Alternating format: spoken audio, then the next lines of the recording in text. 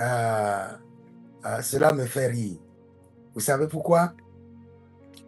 J'ai vu une vidéo euh, de résurrection dans l'église de Bishop Mohamed Idriss Ouattara. Écoutez-moi très bien. Écoutez-moi très bien. Vous savez, l'église doit se lever. Nous avons été tellement bafoués, humiliés. Les gens peuvent parler de l'église sans, sans avoir peur. Est-ce que vous pouvez parler de l'islam comme ça? Vous pouvez parler des imams, n'importe comment. La fois passée, il y avait une nouvelle au Cameroun où une imam avait violé quelqu'un. Je vous ai dit en 24 heures, tous ceux qui ont publié ont été contactés et obligés d'effacer ça rapidement. Rapidement. Avec la menace, tôt ou tard, nous viendrons contre vous. Et ils l'ont effacé.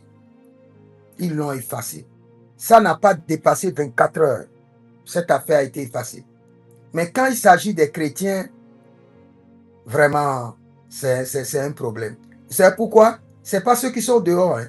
Même ceux qui sont à l'église, il y a des gens qui disent que c'est vrai, le miracle a été falsifié. C'est telle chose. Et c'est eux-mêmes qui partagent les vidéos de ceux qui critiquent l'homme de Dieu, ceux qui critiquent le miracle. Moi, je dis en tant que prophète, tous ceux qui ont critiqué le miracle de résurrection dans l'église d'ambassade des miracles, on dit ambassade des miracles, et tu critiques les miracles là-bas. Donc cela veut dire que les miracles fuient ta vie. Que dans ta vie, dans ton existence, dans la vie de tes enfants, qu'il n'y ait jamais de miracle. Jamais. Et le jour où la mort viendra frapper à votre porte, que la mort ait l'accès. Parce qu'on vient de ressusciter quelqu'un, tu es en train de critiquer. Alors que dans une année, minimum, la mort vient 3 fois vite. Minimum. Au début de l'année, en fin d'année et au milieu de l'année. La mort visite des familles au minimum 3 fois par an. Même si tu ne sais pas, le Seigneur te délivre, mais la mort visite. Maintenant, ceux qui critiquent le miracle, disent, ah, la dame n'est pas ressuscitée. Et j'ai vu certaines vidéos que la mort vous visite et que la mort ait l'accès dans votre maison.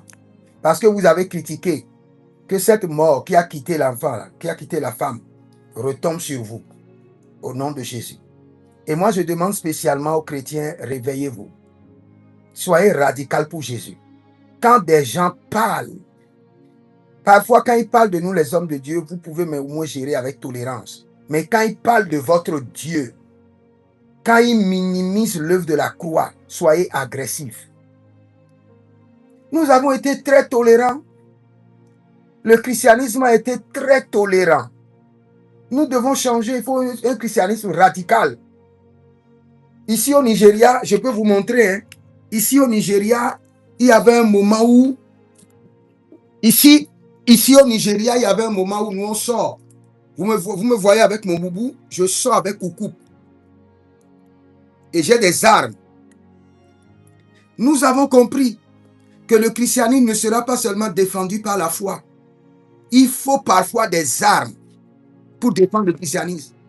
Au temps des apôtres Paul, ils l'ont défendu avec la puissance et avec la parole. Maintenant, il nous faut défendre le christianisme avec la puissance, la parole, les miracles et les armes et même les coups de poing. Il y a certaines personnes, il faut les prendre, les bastonner.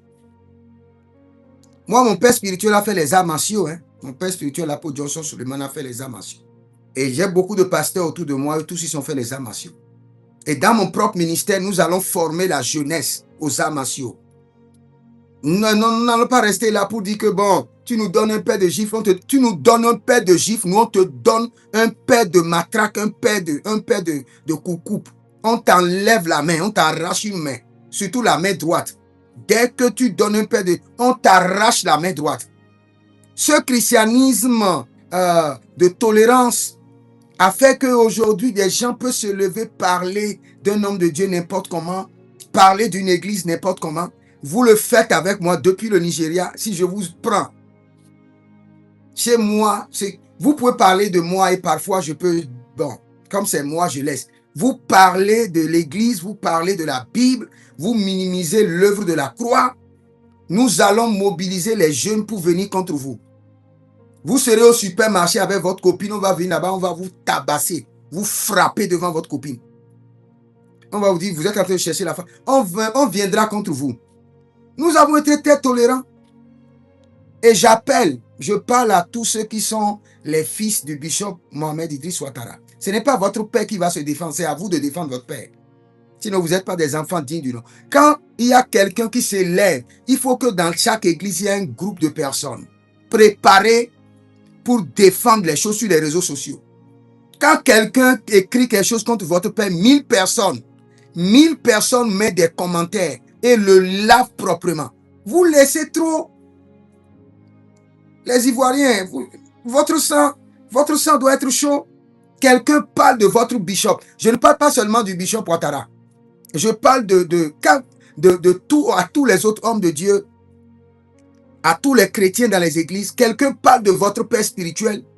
2000 personnes, mettez des commentaires, lavez-le. Insultez-le même. Ce n'est pas un péché. Vous êtes en train de défendre votre croyance. Insultez-le, lavez-le, maudissez-le.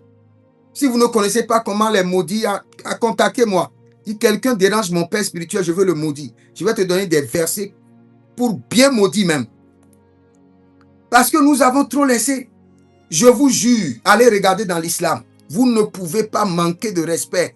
Parler de l'islam comme ça, ou bien quelque chose se passe dans l'islam, vous mettez sur vos statuts, vous mettez sur vos réseaux, faites-le.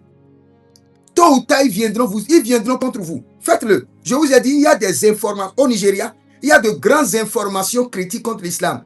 Mais personne ne peut publier. Vous publiez ces informations 24 heures, 48 heures, vous allez l'effacer. Sinon, ils vont menacer votre épouse, vos investissements, et vous allez obéir.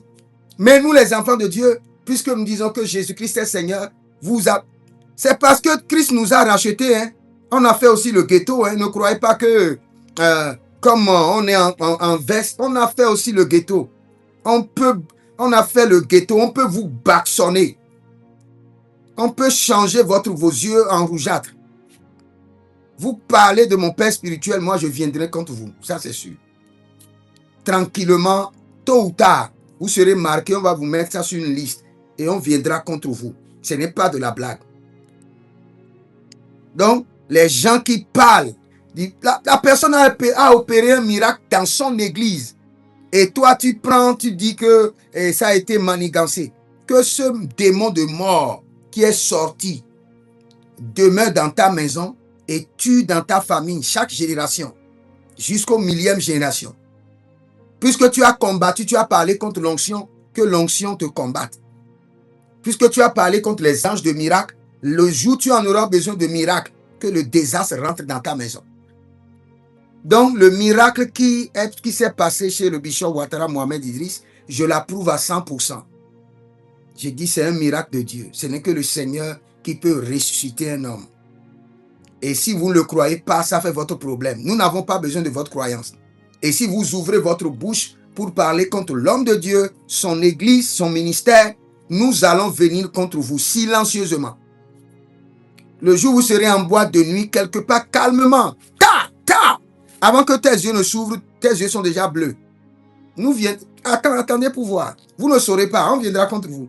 Et en ce moment, vous ne pouvez pas venir sur les réseaux sociaux pour dire, on viendra contre vous. Nous sommes en train de nous organiser, nous sommes en train de nous préparer. Les radicales pour Jésus. Dans toutes les nations, dans tous les pays, dans toutes les églises, nous aurons un réseau bien organisé. Vous sortez, vous faites des vidéos de n'importe quoi contre les hommes de Dieu. Nous allons venir contre vous. Pas seulement contre vous. Hein. Nous allons venir contre vous, votre famille, vos investissements, tous ceux qui sont vous chers, vos sources de revenus. Nous allons venir contre vous physiquement, spirituellement, avec les armes, et vous serez réellement gardez vos bouches. Ça, c'est du désordre. Ça devient trop. Vous pouvez parler des Rosicruciens comme ça. Parlez des Rosicruciens comme ça. Vous pouvez parler de la franc-maçonnerie comme ça. Parlez d'eux. Donc, c'est parce que nous sommes tolérants que vous faites du désordre. Ici à Adamawa, Yola, et au nord du Nigeria où je me trouve, des pasteurs bougent avec des AK-47, des fusils, et ils attendent. Tu viens, on t'arrose, et puis on lève la main, on glorifie le Seigneur. Les chrétiens de la Côte d'Ivoire, vous avez été tolérants pour longtemps. Quelqu'un vient contre votre homme de Dieu, bastonnez-le. Bastonnez-le. Il va au commissariat, on viendra vous défendre. Bastonnez-le bien. Quelqu'un parle de faire la diffamation sur votre père spirituel. Ne dites rien à votre père spirituel. Bastonnez-le. Bastonnez-le. Donnez-lui 12 coups de poing. 12 points. Formez-lui des cornes sur la tête avec des coups de poing. Après, on va régler ça. C'est parce que personne n'arrive à dire ce que je suis en train de dire que aujourd'hui, l'église est... Regardez, il y a un homme de Dieu ici. On l'appelle Odumedje. Une fille était sortie à parler de lui. Et l'homme de Dieu a dit, quoi? Tu as parlé de moi? C'est fini, tu vas mourir. Si la fille bavardait, elle croyait que c'est de l'amusement. 6 mois après, elle était gravement malade. Sa mère est venue supplier l'homme de Dieu. L'homme de Dieu a dit, j'ai entendu. J'ai entendu. C'est tout ce qu'il a dit. J'ai entendu. La fille est décédée avec des plaies sur tout le corps. Une jolie fille qui doit se focaliser sur sa destinée. Elle est décédée pourrie debout. Pourrie debout.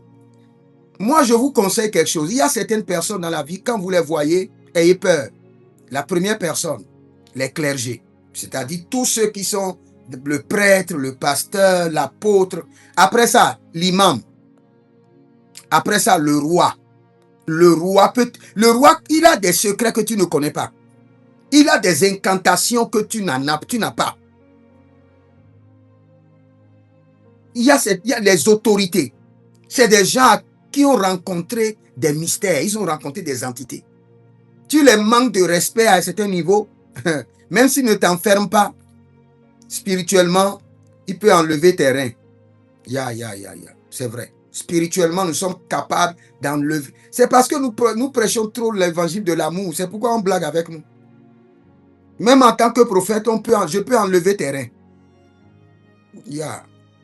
Je peux te bénir et la bénédiction ne va pas te suivre. Mais si je te maudis, tu ne vas jamais rater.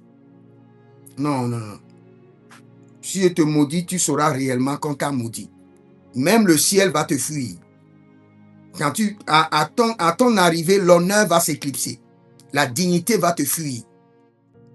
À ton arrivée, même la nature et la création vont s'éclipser. Donc, ne parlez pas des hommes de Dieu n'importe comment. Quand quelqu'un vient chez vous avec les dossiers des hommes de Dieu, écartez-vous. Faites très attention. Les hommes de Dieu sont très dangereux. Ils sont plus dangereux que les imams. Ils sont plus dangereux que les rosicruciens. Nous, les hommes de Dieu, nous sommes plus dangereux que les mystiques. La Bible déclare, il dit, ayez peur de celui qui peut tuer l'âme et la chair et les mettre dans la géhenne. Il dit, vous avez peur de ceux qui peuvent tuer la chair. Nous, on peut tuer la chair, tuer l'âme.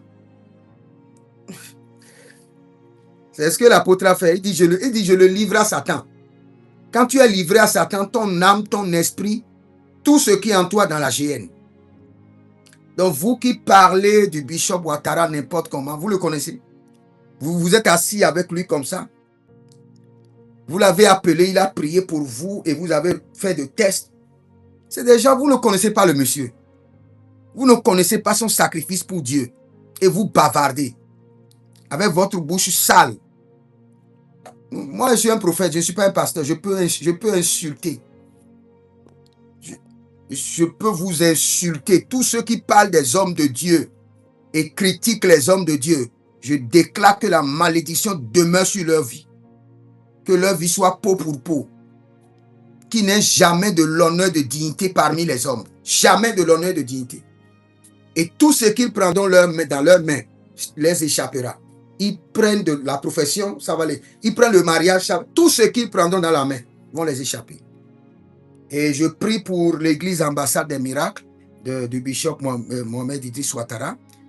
Je prie, cette église est préservée contre les attaques et contre les sabotages au nom de Jésus-Christ de Nazareth. Épargnés des vents contraires, épargnés des sabotages au nom de Jésus-Christ de Nazareth. Nous arrosons l'Église avec la pluie de l'honneur, de dignité. Et que tous ceux qui parlent de cette Église, ceux qui ont reçu le mandat de l'enfer, que l'Éternel les chicote sévèrement. Que le Dieu de jugement les chicote sévèrement. Que l'Éternel les chicote sévèrement. Et tous ceux qui veulent le bien de cette Église, que le Seigneur les rend prospères. Tous ceux qui ont critiqué le miracle de la résurrection, que la mort demeure dans leur maison. Que la mort devienne leur partage. Dans leurs finances, dans leur foyer, dans leur santé, dans leur destinée, dans leur dossier, tout ce qu'ils feront dans la vie, que la mort siège dedans. Tous ceux qui ont critiqué sur les réseaux sociaux, il n'y a pas de résurrection. Tous ceux qui ont critiqué la mort demeure parce qu'ils n'ont pas peur de Dieu.